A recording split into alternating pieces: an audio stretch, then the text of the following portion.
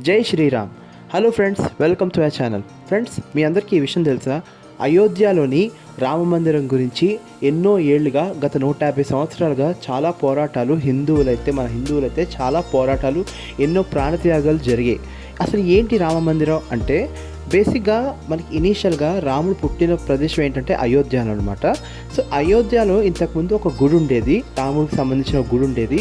దానికి 1528లోని బాబర్ అనే ముస్లిం రూలర్ ఎవరైతే ఉన్నారో ఆ టెంపుల్ని మొత్తం పడగొట్టేసి బాబ్రీ మసీద్ని కట్టించాడు అనమాట. ఓకే, సో ఎప్పుడైతే ఈ బాబ్రీ మసీద్ కట్టించిన తర్వాత చాలామంది హిందువులు దానికోసం ఎన్నో పోరాటాలు అయితే మాత్రం జరిగాయి అన్నమాట.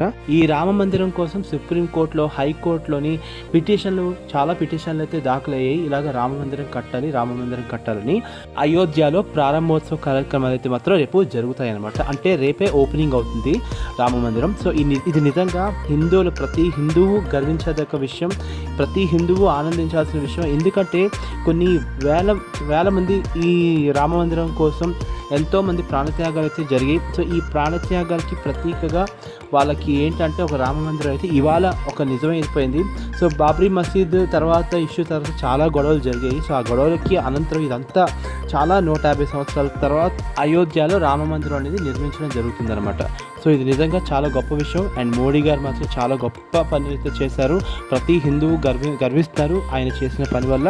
సో రేపైతే ఎవరైతే ఉత్తరప్రదేశ్ వెళ్ళాలనుకుంటున్నారో అయోధ్యలోకి మీరు ఒకసారి వెళ్ళండి. అలాగే రామ మందిరం అయితే చూడండి. నాకు కూడా అవకాశం వస్తే ఖచ్చితంగా నేను ఆ రామ మందిరాన్ని చూస్తాను. నేను కానీ ఉత్తరప్రదేశ్ వెళ్తే. So I congratulate BJP government, I congratulate Modiji for building Ram Mandir. Such a wonderful day for us. ఇది చాలా అద్భుతమైన రోజు. నిజంగా అందరూ చాలా హ్యాపీగా ఫీల్ అయ్యే రోజు అనమాట. బాబర్ మసీద్ ప్లేస్లో మళ్ళీ ఇప్పుడు అయోధ్యలో రామ మందిరం రావడం అనేది. So I'm feeling very happy. So thanks for watching my channel and please subscribe my channel KV talks. By.